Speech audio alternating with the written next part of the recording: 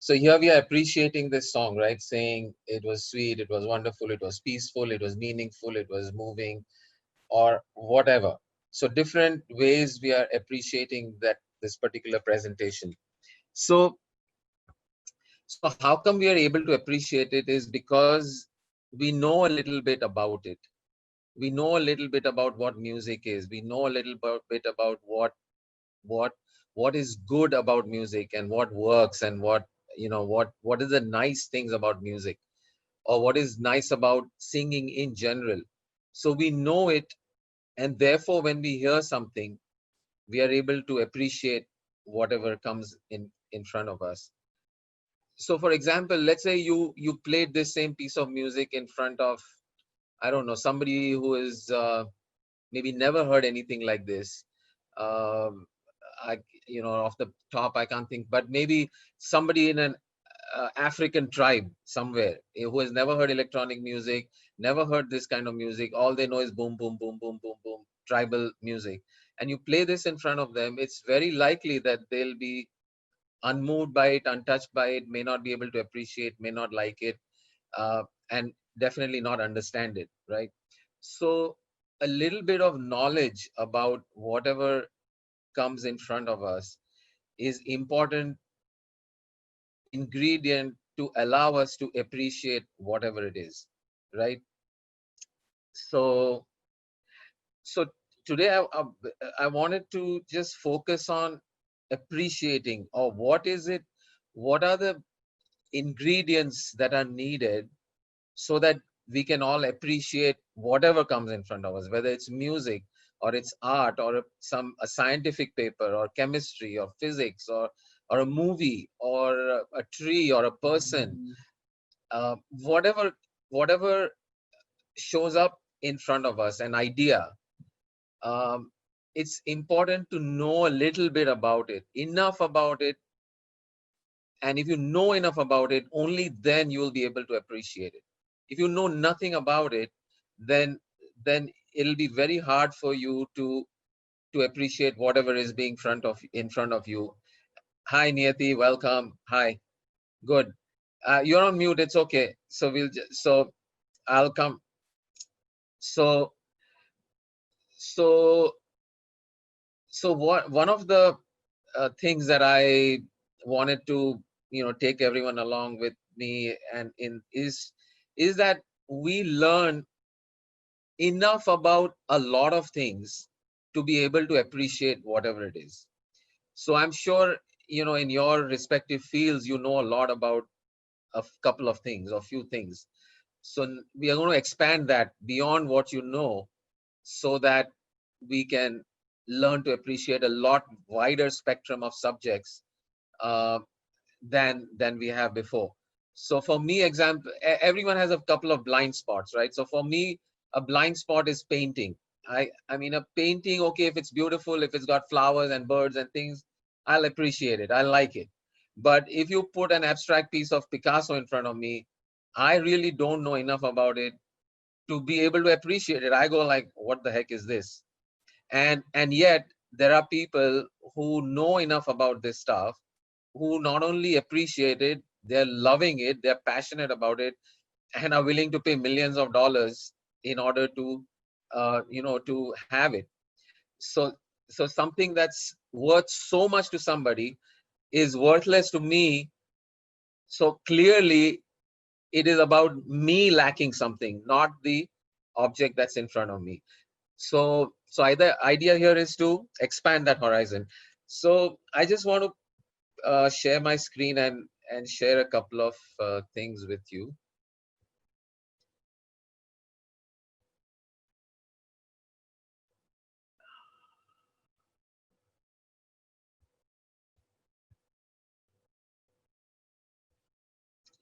So today, the Discovery Cafe, everyone knows this, right? So this is the Discovery Cafe, and here we are going to get together online for the time being, and in person hopefully when this all this is past us, and be together in person and go through this experience of discovering new avenues, new areas, and expand our horizons in general. So Hi, Harsha has also joined us now. So today we are going to talk about levels of appreciation. Your level of appreciation of whatever appears in front of you will depend on two things. Of course, the thing that's in front of you, and the more important, and what is in front of you, you can't really control. If somebody's made a beautiful song or a beautiful movie, that's what they've done. There's nothing you can do much about that. It's already there. What what you have in what is in your control is what is your level of understanding and your level, so that your level of appreciation can be proportionately higher, or or lower in some cases, depending on your knowledge of something. I mean, it can be lower also, because you know something, that this is a piece of junk. You may recognize something as this is just crap, because you know enough about it. And if you don't, you may go wow, wow, wow, and it's actually junk. So so I don't know how many of you have seen this particular picture, or what it is. So I'm going to unmute everybody, and I want you to just share whether you know what this is, and if you know what it is in very great detail, just hold on to your horses. But if you just have seen this, then what is your reaction or response when you see this picture? So who wants to go first? Pooja, go. Uh, Picture. okay, I've seen this picture, but um, I feel it's something from the past, which Okay, has been preserved over the years, right. and it would probably give us an insight Yeah. Okay, about okay. that period. So that's the extent of how much you can appreciate what is in front of you. Okay, Yes. who wants to go next? I Look, can't see the uh, picture. Which picture? Swipe your Arey, screen. I Swipe have your screen, Yati, to the swipe first. swipe to the first screen where my screen is shared. Ah, okay, okay. Yeah. So okay, go Niyati. What I mean, if I say, I mean, you could look at this. Okay, the bunch of rocks. Okay, for example, Yeah, that may be all you can gleam out of this. Is that true? More yeah. or less, it's a bunch of rocks sitting on top of each other. Blah blah blah. Whatever. No, End of no. story. Okay. What For else could me, you say? for me, it's domino effect. You Okay, push domino one or effect, you push one or remove one, all are and going to and fall. all are going to fall. Okay, good. Got it. Got it. Great. Nice. Okay. Who else? Lope. It's the Stonehenge. Yeah, that's the name of the thing. Yeah. But what else? I mean, what would be your level of appreciation, or how much would you Yeah, appreciate what you're seeing in front of you? it's just amazing how it's been standing for all these centuries, and how it's balancing, how it's the Okay, stones are okay, balanced I on can each other. say, cool, Yeah. cool, I great. want to say something. Go ahead, Azadi man. Stand like the rock and Standing like a rock. support, yeah, and support each other. Okay, great I interpretation. would Thank you. I would see the shape of it and how nicer art form it is. Okay, good. It's a nice art form. Great. Nagarajanji, I think it remains of an ancient civilization, um, and how certain principles of geometry have been used in construction or whatever. correct, And of course, it has withstood the test of time correct, correct, in terms of stability, whatever. But I correct, can't place it. I've seen correct. it, but Yeah, yeah, yeah. Tanvi, great. Um, Thanks, Nagarajan. Yeah, Tanvi. I have similar thoughts to Lopa Anji. So even I see it stationary, but I feel there is a lack of movement and change. Okay. I'm not able to appreciate it much. Like I know it's Stone Edge and it's been there. Yeah, got it. Great. All right. So yeah, the name of this place is Stonehenge. It's a place about. Let me put everyone on mute because there's some background noise. Hold on. So this place is about 3 hours drive or 3 hours by train from London. It's located in the UK. 3 hours train ride from London. It's a place called Wiltshire. So now, so this is, I mean, whatever you guys have said is all true. There's nothing wrong or right about what you said. It's great, but this is the level of what you appreciate about this based on what you know. So now, let me share another picture about on this and give you a little more information about or understanding of what this whole thing is. So now, can you see the people on the right? Okay, wait. So this is the first picture, and now here, do you see the people on? You can see the people on the right. Okay. So now, what you understand a little more out of this because of this extra thing. I don't know if it was there before, but what you now know is the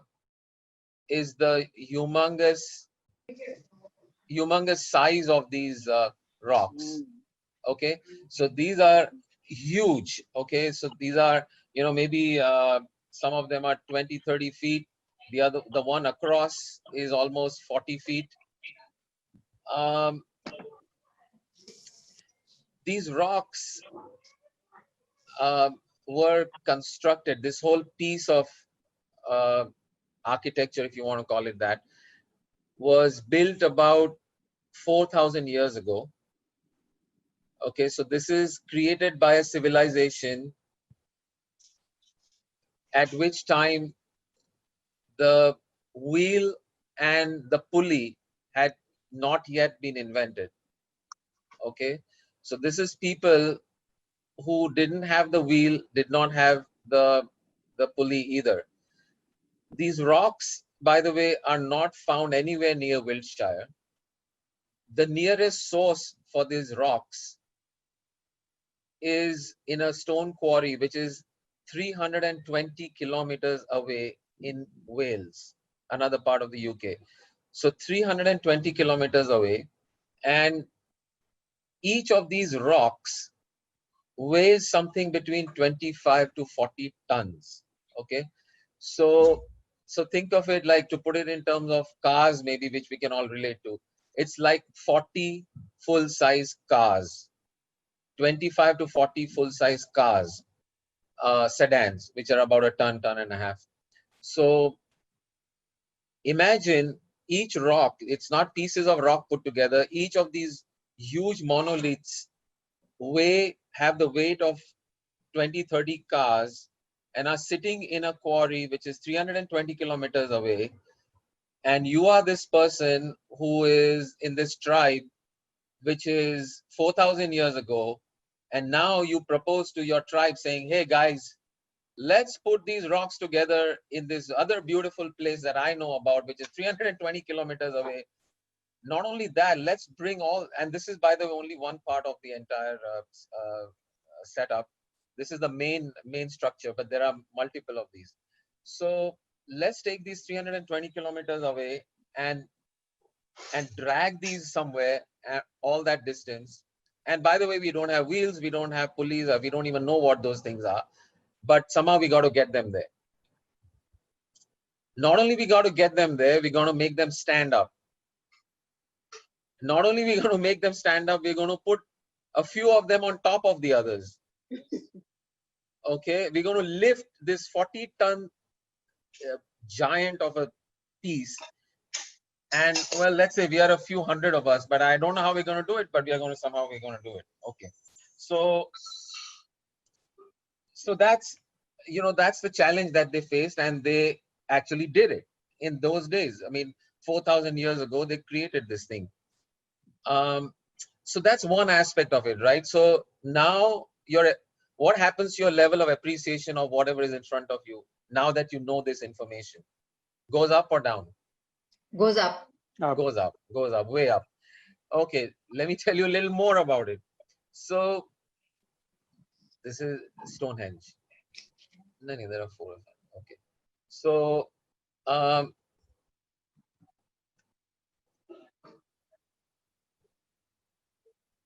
Okay. you are not there. Okay, full screen. So what are some of the other aspects of this? What are, okay, let me ask you this before we go to the next thing. What are some questions that come up for you after seeing this? What are some questions in your mind? So just unmute yourself and you can ask. The intention behind, the reason behind they made this. Great question. Perfect, Who perfect. did it? Yes, exactly. Through all this trouble of dragging how hundreds of tons of rock through 320 kilometers of, by the way, no roads, right, in those days. So there's no roads or highways and exits to take. You're going to take it over rough and tumble plains, up and down hills and valleys. Why? Why would you do it? Perfect question, Tanvi. What else? Who did it? Who did it? Who are these people? What were they like? How did they live? What was their lifestyle?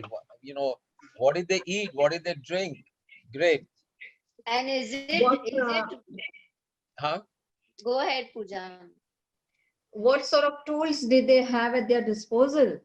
Correct. Right. Did they carry it on their backs or Yeah, it's 25 tons. There's no way anybody carried it on their back. yeah. Right. So, right. What other questions come up? How And long did it take? Sorry, how long did it take? Yeah, good question. You know, this thing has been around for 4,000 years, somewhere between 3,100 years, which is about 500 years before Gautam Buddha was there in India, and up to 4,000 years back, which is even going another 1,000 years back, approaching the Mohenjo-daro, Harappa civilizations going on in India. There's these people here. How long did it take them? Was it done in one lifetime, over lifetimes, multiple generations, or what? Good. What else? also we don't know if this is like, I mean, these are the remnants. I mean, what was the whole thing like? We don't know what existed then. Well, actually, Niyati, this is it. This is what they made. Remember, we are talking about a civilization that was 4,000 years old. There's no structures. They are still practically living in caves and things like that. They are not, they have not yet developed buildings or structures or homes or palaces or nothing. None of that exists at this time.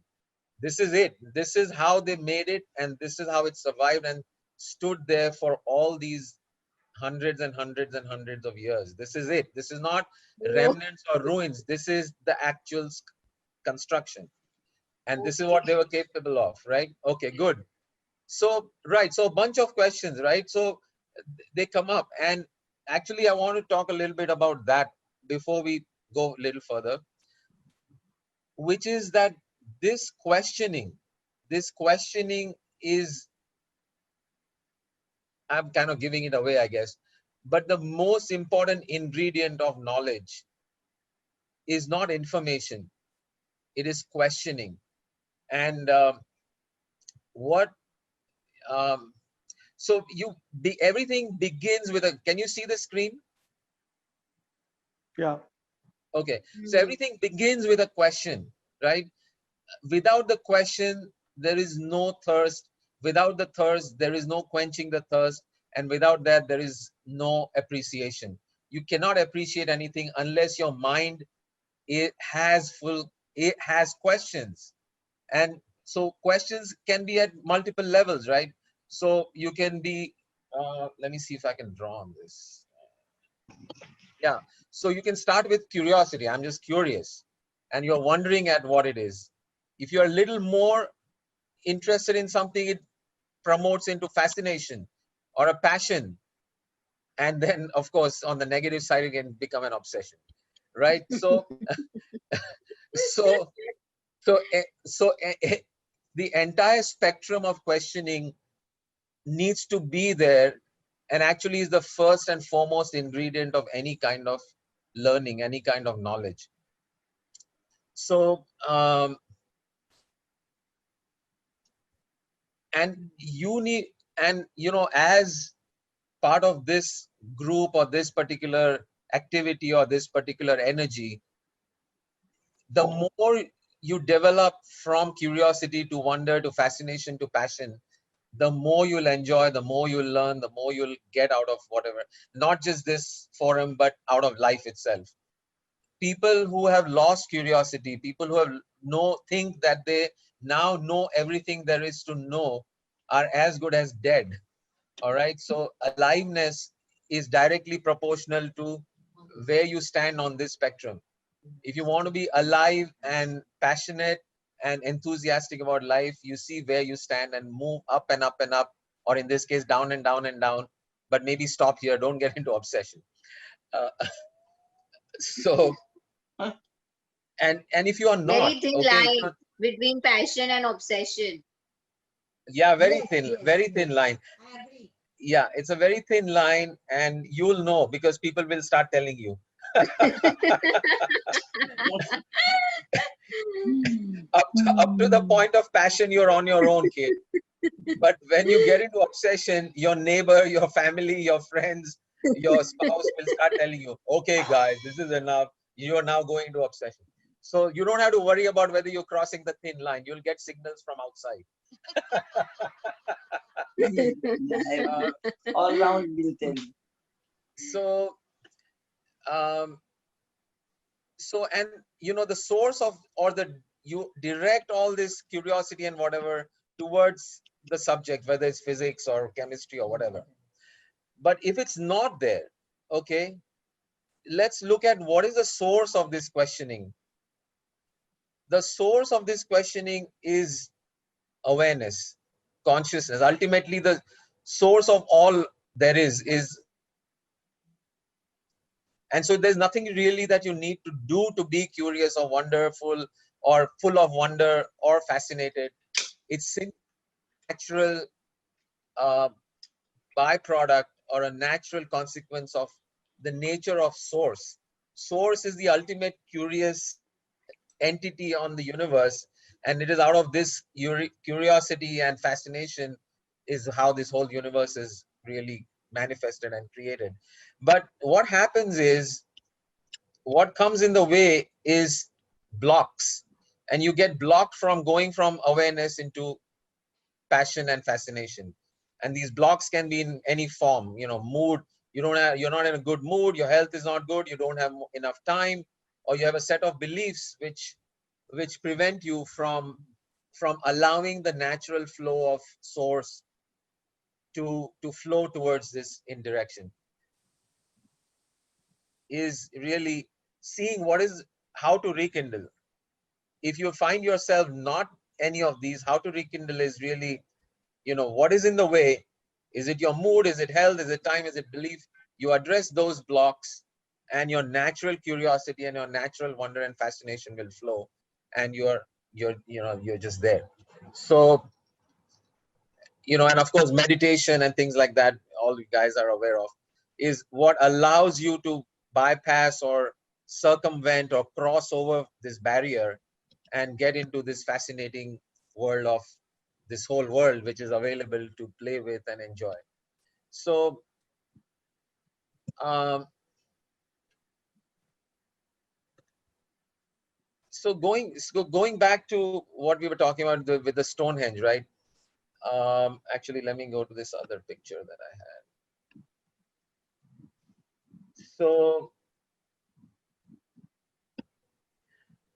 So some of the questions that I came up with, right? So what is the purpose? Why did they make this thing? What was the method of construction? What are the properties of the rocks? What is the history? What is the culture of the people who made it?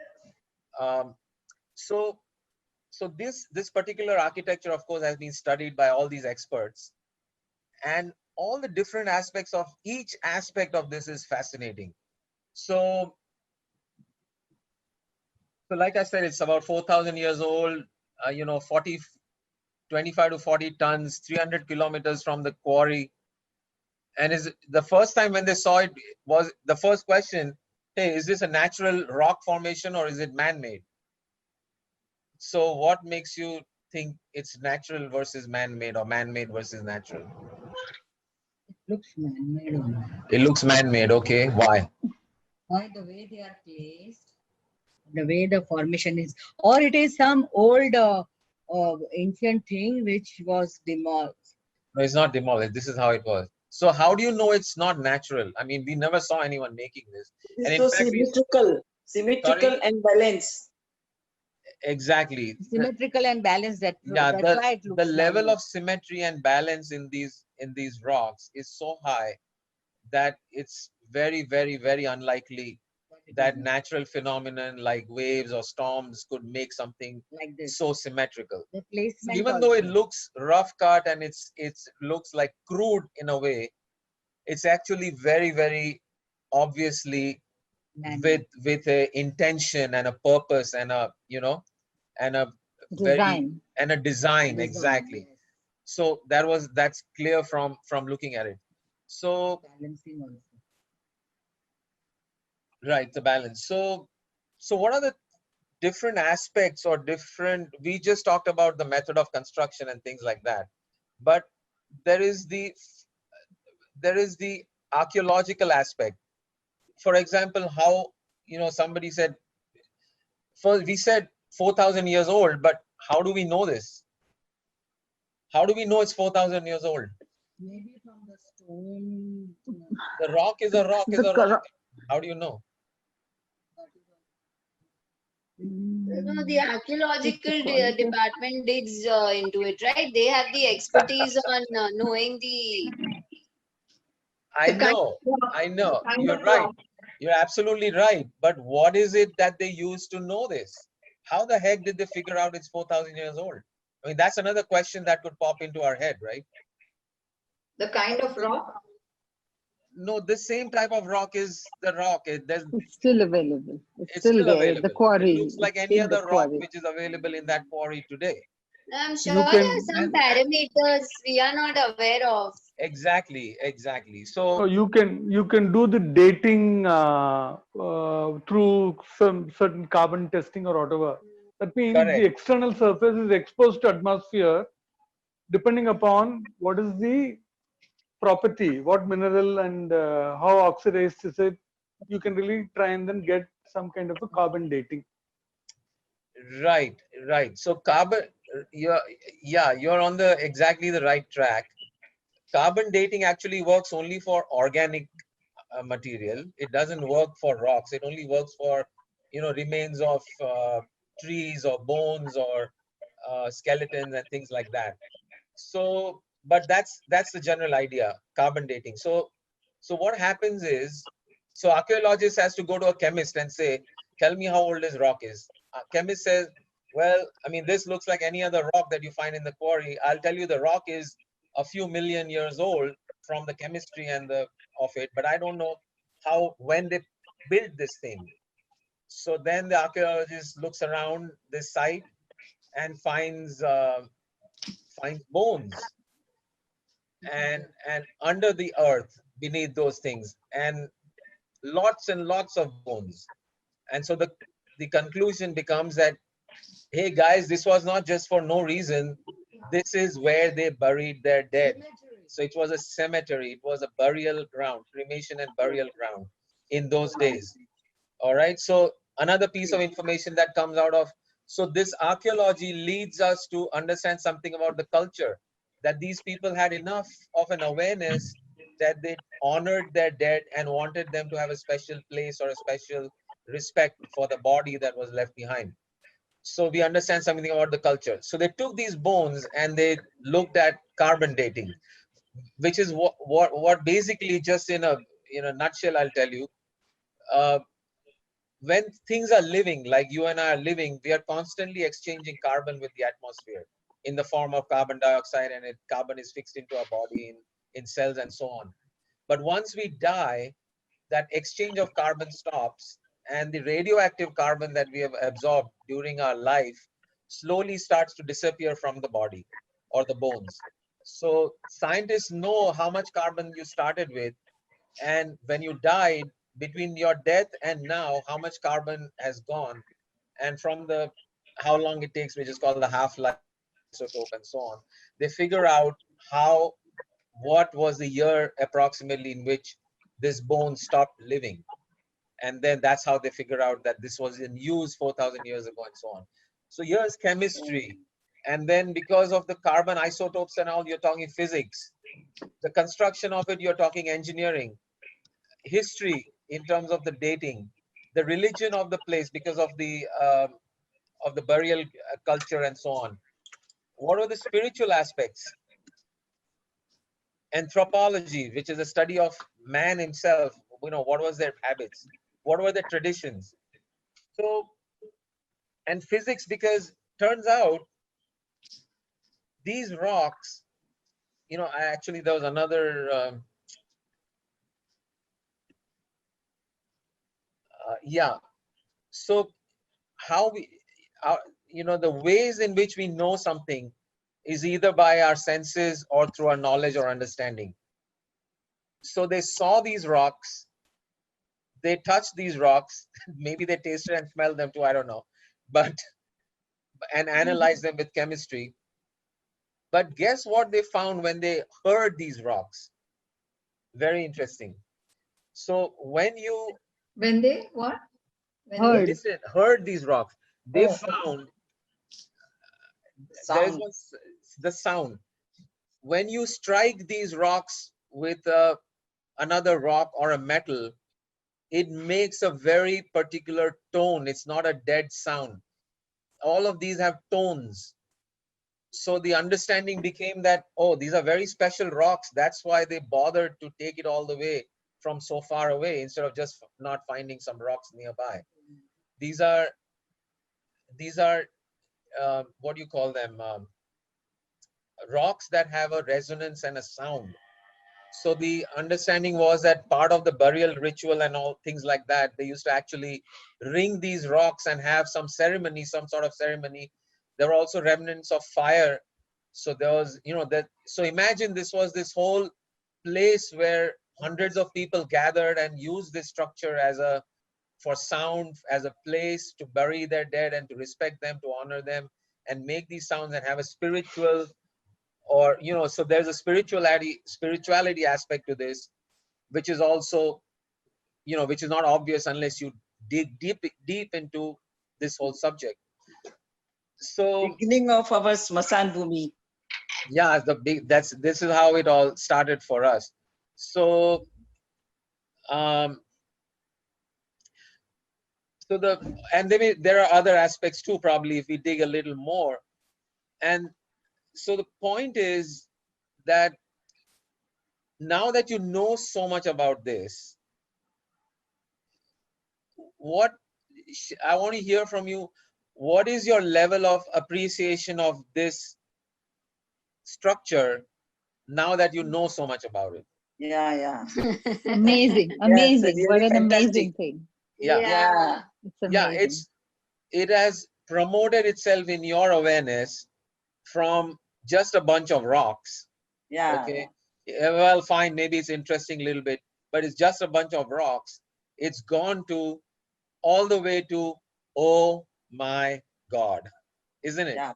Yes, yes. Purpose So of it and everything. right. So you've gone from that to that only because now you have developed an even greater curiosity. So by the way, the study of these rocks is not over. They're still finding things about it and still trying to figure out how the heck did they do it. They still don't know. Even engineers today, if you told Larsen and Toubro and said, forget about your cranes, forget about your wheels, forget about your pulleys, and forget about your metals, and make this thing for us today. but just like Take, the pyramids. yeah, the Just like pyramids the were much pyramids. more complex, which is even more complex than this. But even this simple thing, Larsen and Toubro today, without their current equipment, would not be able to make this, no matter how many laborers you give them. Very true. Okay. So the whole point, I mean, this Stonehenge is a fascinating thing to study and understand. The point I really wanted to make is that it's not just the Stonehenge. It's everything. Everything is like this. Everything is like this. Mark my words. Everything in the universe is like this. In its own different, unique way. I mean, it may not have this particular set of questions and this particular set of properties, but I'm telling you, if you study the most uh, mundane or most boring thing, like, okay, let's say ants or bees or anything, just take anything, stones. There is a plethora, there's like a whole universe. You could spend your Of lifetime information. Yeah. of information and understanding and knowledge to understand it, so much about it, that you can spend a lifetime getting into it. So the point, yeah, go ahead, Azad. Even I want to tell you that there was a one video has come of Himalaya in the Okay. Kailas Parvat, and there were Right. figures, big, big. So that was so amazing. Who has done this? Go so up in the Himalaya, Right. Mountain. and Yeah. who has made all these figures? Right. Huge Stone, big figures. one. Yeah. And that Huge. was so much amazing. Right, exactly. So the whole point of this whole interaction today is really to not about Stonehenge. Also, this, I mean, I use this, I just randomly went on the internet this morning and I said, let me just look for something, and this was one of the images that was my screensaver that automatically came up. So I just went into it, and this is what I found out about it, spending about and half an hour or an hour on this. So the point of this whole understanding is that the whole universe is available for us to be fascinated about, and learn about and understand and wonder at it, and go from, okay, boring rocks to, oh my god, you know so that's the understanding for today. So like this, I mean, I just picked this, but we'll take anything. Like, we started with music last time, and it was maybe 5 or 6 weeks ago. But genres of music we had started with, right? So I left you all with one question: what is the difference between speech and song? What is the fundamental difference between a speech, when we speak and we sing? What makes it a song as opposed to just speaking? What is Rhythm. it? Rhythm. Okay. Yeah, I think that's, although you can have Melody. alap, you can have, wait, hold on, you can have Melody. alap, Hmm. alap and things like that, where there is no rhythm. You are just going But there's a rhythm ah. to that also. Sorry.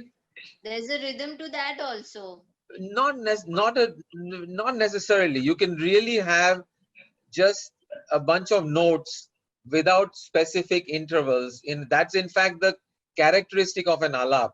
The difference between alap and jor, which is the rest of the song, is that you're not bound by rhythm. So you're on the right track, but it's not rhythm that really makes it a song.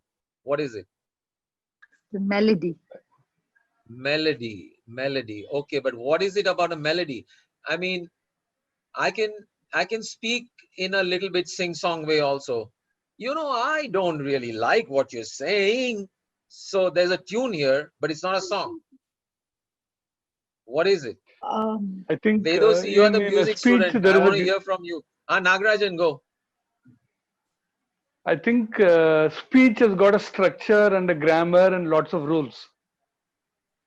I think you're off track there, because songs have grammar and even more rules and a structure also. Song has structure. Songs have grammar and even more rules than speech does, because you're now bound by rhythm mostly. So Vedo, I want to hear from you. Being a Vedo, by the way, is studying music at the School of Music in Mumbai. So she's a music student. What is the difference between a song and speech? I think speech you can use any words. A song is how do you beautify the same speech and crisp the words and I don't know, like beautify it more and communicate it better. Yeah, I mean, you're right. Those are properties of a song. but it's not the And fundamental song difference. is something that really touches your heart directly. Speech is But more intellectual. Speech can well, also. speech can touch you. I mean, speeches have driven people to wars, and they've driven people to sorrow. I mean, you can speak in ways that can Enlightenment. enlightenment. Yeah, speech can take you all over the place, just like a song. So it's Like true what you're saying. the speech stimulates your left brain, and a song stimulates your right brain. So Okay, that is also a result, but what is it that makes it that way? Go ahead, Yeah, Agadivan. a song gives you more pleasure, anand, Yeah, speech than can give speech. you anand also. I I can think say very beautiful words. the chorus Okay, no, and no, the no, no. So it's antra, not. Huh? What is it? Word, the words, antra, the it chorus. has No, no, no. That's not it. That's no. Words in motion. What is it? Words in motion. Words in motion. Very poetic, almost like a song, but that's not the difference. Great. I don't. It's not an easy answer, so I'll just share with you. Go ahead, Lob. You have anything? no. Okay. So the fundamental Okay. difference, okay, between the fundamental difference between speech and song is that in speech your words are not at a particular frequency. If you analyze whatever I'm saying right now, and if you see on the spectrum of if you map all the frequencies that are coming out of my voice right now, it will cover a wide spectrum of frequencies. It'll be all the way from about between 300 3000 to about 7000 kilohertz frequency. That's where human speech usually lies. Or sorry, 300 hertz. So what happens in a song is that you're actually picking a note, you're picking one frequency out of that entire spectrum. So rather than saying hello, hello, which is a broad, I say hello, and now that's a song. Because I've picked one frequency. It's like 440 hertz. If it's a A note or a B note, or like A is 440 hertz. And so A would be, so instead of saying hello, it is speech. Hello. And this pitch can be anywhere. It can be a low pitch. Hello, hello, hello. It can be up and down the spectrum, but it's a very particular frequency that I'm picking. And when I pick a series of frequencies, sa re ga ma pa da ni sa, as opposed to sa re ga ma pa da ni sa, this is speech all over the place, meaning in terms of the frequency. But sa re ga ma pa dha ni sa is speech. Sa re ga ma pa dha ni sa is song, because you're choosing frequencies. Okay, so that's what makes a song. And then of course the rules of rhythm, the rules of grammar, making it beautiful, and composing tune to it, composing melody to it, etc., is all component of that and makes the song, and makes songs different from each other. But this is a fundamental difference. Okay, wonderful. So what else I wanted to talk about? So a lot of people, you all of you, I think, would have heard the Hum Jeetenge song by now. And so not because it's my song or anything, but I want you guys to go back and listen to it and pick out the elements that you can pick out from it, just like we analyze the Stonehenge. See what are the elements. And actually Niyati did that, and so I wanted to just share her observations. So Nikki, you want to just talk about this for a few minutes? So we'll go till maybe 10:15. Okay, we'll end at 10:15. 15 minutes. Yeah, I'll just read what I wrote. Or talk about it. Don't just read it. Yeah, I'll read and then talk about it. Okay, So, fine. The song and the video gives a heart-touching message, deep, profound, and beautiful. It leaves us with questions to think as to why are we going through this? What have we forgotten? Who are we And finally, the ultimate question, who am I? The lyrics and images speak volumes. So because they've chosen, as I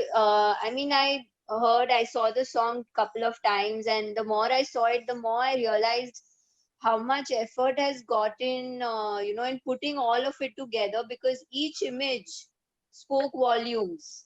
Like, Lopama sees that little dance, then Right. even all of you doing Garba, the Rangoli, like that was actually, speaking so much about the true way of celebration, being happy. It's not just material joys, it's those moments when you're actually celebrating life. So, the way all those images and the other ones also, which have been chosen, the lyrics and images speak volumes, reminding us what true happiness is: togetherness, love, laughter, living in harmony with all life forms. The way the song speaks about protecting Mother Earth and taking care of it. And we've been ignoring Mother Earth and, of course, all the other life forms also. So this whole thing, how it reminds us that we now need to get more sensitive to it. Um, and how that we all are the same at the core. And those images were also so well chosen, the laughter, the tears, and there's so much depth in each of them. It's a wake up call for us. The variations in the voice and music takes one through the different moods and emotion we may experience during these trying times. Like sometimes we are so happy, oh, we are getting time to ourselves. Sometimes we are bored, sometimes we are restless, sometimes we are angry. So the way Sanjeev Mama has made Voice, those variations in the voice, like when he's questioning, when he's saying "Hum jeetenge," so there are so many variations which go along with the moods and The emotions. mood. Hmm. Sorry? No, Yeah, go the ahead, please. mood. The Yeah. mood. Yeah. Leaving us with some messages. We all are one. We will win. We will live. And that one is all. Because that one is in all of us. And all of us are that one. So, Yes, so you got it. that's what. So the more you see it and you listen to it, the more you realize, how much depth is in is lyrics and lyrics, everything, as I said, music and everything. images, lyrics, voice, everything. Message. Yeah. Yeah. Great, great, wonderful. So yeah, so last week when Niyati called me and she was saying, Mamu, the more I listen to it, the more I see in it, and which is kind of along the lines of what we talked about with the Stonehenge. I mean, you look at it at one glance, okay, it's fine, but the more you get into something, anything, the more you see the subtle, qualities and the subtle things that are there to be discovered and found, and then you understand it. And so yeah, great, great, wonderful. Even the creativity, the rap, and not just the variations in the moods and the emotions, but even the The creativity. presentation, yes. Yeah, the Present. presentation, the creativity. Yeah, yeah. A lot of people called Your me up and voice. said, "Hey, I didn't know you can rap." And you know what I told them? What? I said, "I didn't know either. I didn't know I could rap." But Mm. listen, so to me, choosing rap, you know, here's a question for you guys: why rap why did I choose rap as the medium for the corona instead of something else? Why rap? Because Because maybe rap is something which is very modern. now it present, At the present way of Strong. expression, and the moods are so that Energy. The energy is one. Yeah, what else? There's it connected with the question of difference. Okay, maybe I'll give it away too much. Go ahead. Let me hear what you guys think. Ups Strong and and down headstrong of is music. powerful. Yeah, yeah. Why rap for the virus? Lope knows because we talked about it before. At And maybe, present, yeah. Huh? present situation, that is the best way to express. I mean, But it's with what? the times, and Time. Corona is the present, and Yeah, no, rap that's is not with it. the time. Actually, Niyati, you'll be very surprised if you look back at some of our traditional Gujarati શું કહેવાય? Bhavai. Bhavai is rap. Okay, it's Oh, just that rap that we heard from the West is a little different. But there's traditionally rap has been around for a long time. It's just now got a little different touch and a different feel. But it's been around. It's not new. But okay. come on, guys, think of the previous question and connect it to this one. The Rap. previous question on difference between song and speech. What is rap? Is it speech or song? Frequency. So you're trying Frequency. to Yeah, portray some is rap speech emotion. or song? Answer this question. Is rap Speech. speech? Speech. Rap is speech. It's Yeah. not song. Jeena Yeah. to I tum think it's chahte a ho. combination, Sanji Mama. Eh, no. At It's the speech fundamental with the level, it is rhythm. speech. It is speech plus rhythm, but not Yeah. song. Okay. Exactly. It is speech plus rhythm. That's what rap is. Rap is speech plus rhythm. And therefore, it is not yet a song. It is not a choice of a note. It's not sing song sare gama pa. It's Jeena to tum chahte ho ye kaisa jeevan jeete ho. It's speech. Okay. Hmm. So Lot of it's a figure. vigor, of course, but vigor you can have in tune also. That's okay. Like da, dee, dee.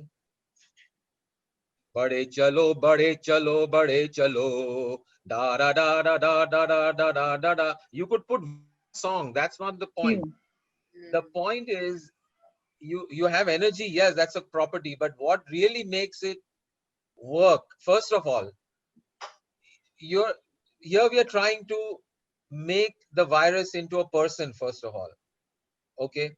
Now to Hmm. give it a voice is itself a leap. You're going from a microscopic inanimate Inanimate. object where Right. whether it's alive also is a Personification. debate.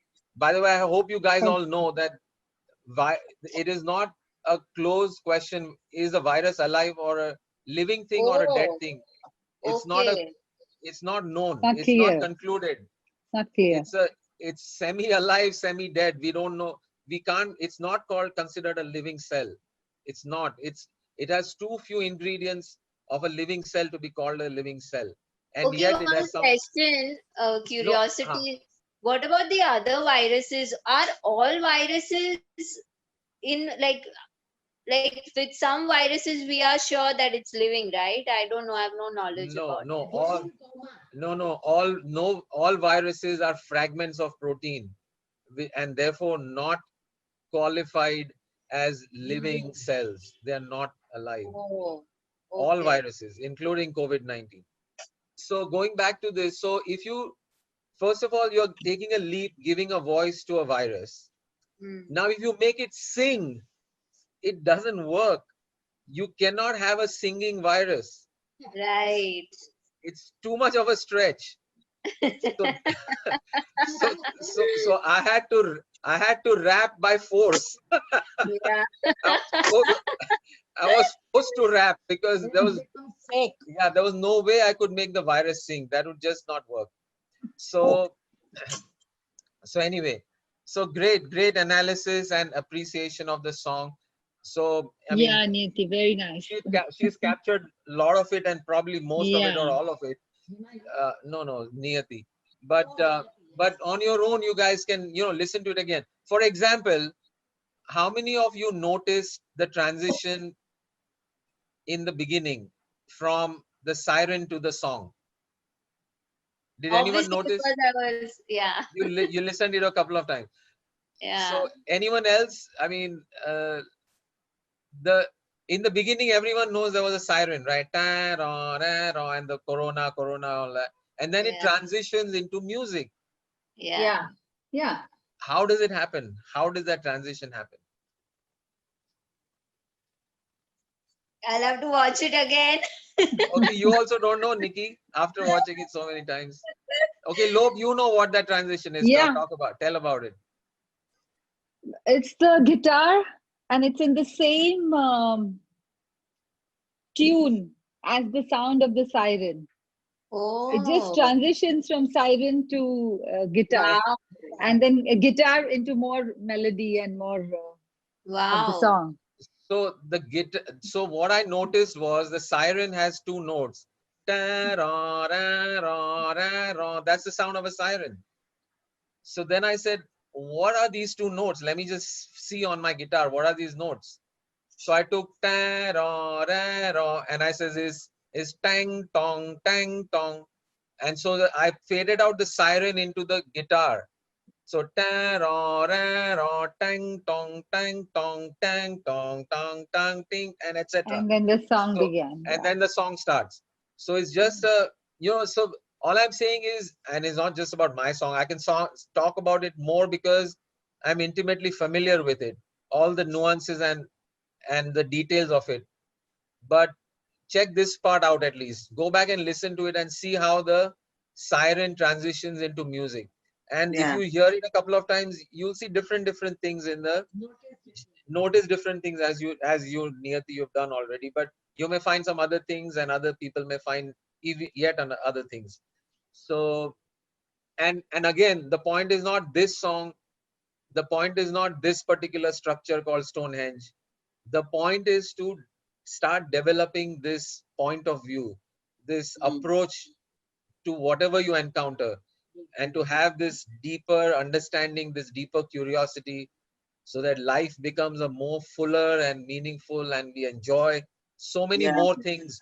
And for me, I'll tell you, the word boredom is just it's so alien to me. When somebody says I'm bored, I don't think Harsha has ever seen me bored in my life. I mean, we've been together for 25 years.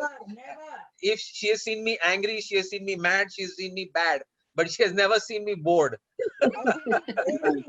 She's seen me crazy, but and everyone who knows me and who spent time with me, boredom cannot exist when you are Curious. because curiosity is the antidote to boredom. Whenever you find yourself bored, just become curious, and it's just a flip. And as soon as you become curious, whatever is in front of you is worthy of studying and understanding. Whoever is in front of you is worthy of studying and understanding. And if nobody is there, you are yourself amazing enough to want to know, to understand yourself. In the mirror, and you can find Yeah, look in yourself. the mirror. Each one of us, I'm telling you, without any like shadow of a doubt, each one of us has enough nuances, differences, beauty, all kinds of properties which we can study for a few lifetimes and still not reach anywhere near the bottom. Each one of us. I'm not saying just the Amitabh Bachchans and the celebrities of the world. Any ordinary person has enough of these millions of beautiful, amazing characteristics, and you find, oh my God, this is what it is. So there's no scope for boredom from that point on. Boredom. No boredom. Till you reach, till you attain Keval Gnan, there is no scope of boredom. Exactly. And then when you have Keval Gyan, so there's no question of boredom. Yeah, or maybe it is a boring state, I don't know. But yeah, I mean, I have met people. I think Harsha is one of them. She says, I never want to get Keval Gyan or Moksha. Sounds like a very dull and boring place to be. I was Yeah, She doesn't want to go to heaven. She says, I'd rather keep coming back and enjoying this beautiful world again and Yeah. again. Who wants to get out of this cycle of birth and death? I don't. But that apparently is the whole goal. Anyway, so anyone wants to share anything? Mostly talking about in genre, not just what we had in the session, but yeah, we both of us were surprised on the fact that we need to know stuff to appreciate it. Right, exactly. Actually, the converse is also true. The reverse of what I said is also true. that if you don't like something, use that as a signal to ask yourself whether I know enough about this to really not like it. And not that everything in the world you like. I mean, there will be preferences and you may not like certain things, and everyone has personal choices. But a lot of times, the not liking comes from not knowing enough and not from a real preference. So a real preference to like or not like is perfectly okay. But make sure that your preference or decision to not like something comes after finding out enough about it. Then you have the right to say, I don't like this. And I think sorry. Yeah, go ahead, Tanvi. Sometimes I think it's also the other way around. If I know very little about, say, person A, I like the company of that person, but once I get to know more about that person, so the appreciation also lies in the which is unknown. Like Beautiful. Wow, that's a very deep. Ignorance is bliss. Yeah, Yeah. that's a very deep and very nice thought. So yeah, I think, Yeah. but I think it's a knowing at a different level, Tanvi. It's not that you don't know, but when you naturally connect with somebody without a reason, without any, without any logical reason, you just feel nice being with somebody. It is possible that it's coming from a deeper level of knowing. That it may not be an intellectual knowing, but a heart level or an instinctive or a deeper soul level knowing, which somehow makes you feel, oh, I really like this person. So in a way, it's not knowing, but I would say it's actually knowing without really knowing the details. Great point. Wonderful, wonderful. But use that and the other part also, that when you don't like something, first make sure you know enough about it. For example, for me, if there was one genre of music that I didn't like off the bat, was opera. Okay. I mean, I think for 99% of Indians, that must be true. If you hear somebody go, and you go, what the heck is this? And um, and you summarily dismiss it as, okay, I don't like opera, done. You're out of that book. But actually, what happened for me was, a friend of mine said he had bought a new stereo and stuff, and he was sharing one Italian opera done a little modern ways, and he explained it to me about what the song is, what she's singing, the range of her voice, and what that means to go from those notes to these notes and all that. And when I understood that and I went back and heard it, I really, really liked it. And I was able to hear the whole opera, and and so on and so on. Right, great. Okay, next pair. Who else? Pooja or Nagarajan ji? One of you. Go ahead, Nagarajan. Yeah, I was just telling Pooja that my power of observation is very weak. Sometimes because I got a lot of thoughts going in my mind, I need to improve, and also improve on the curiosity dimension. Fabulous. Fabulous. That's a great, great takeaway. Great takeaway from, I mean, that's exactly where I wanted this, energy to move. Beautiful. Thank you. And last pair, Lop. So I was telling Niyati how well she observed everything, and she said that observing is her, it's in her profession. She needs to observe in order to, know more anyway. So that, and of course, she liked the song and all, and that's why she was moved by it, and that's why she wanted to observe it. And I was talking about all the things that you said about the Stonehenge and all. So I said it's very a very limited concept when they say that there are 7 wonders in this world.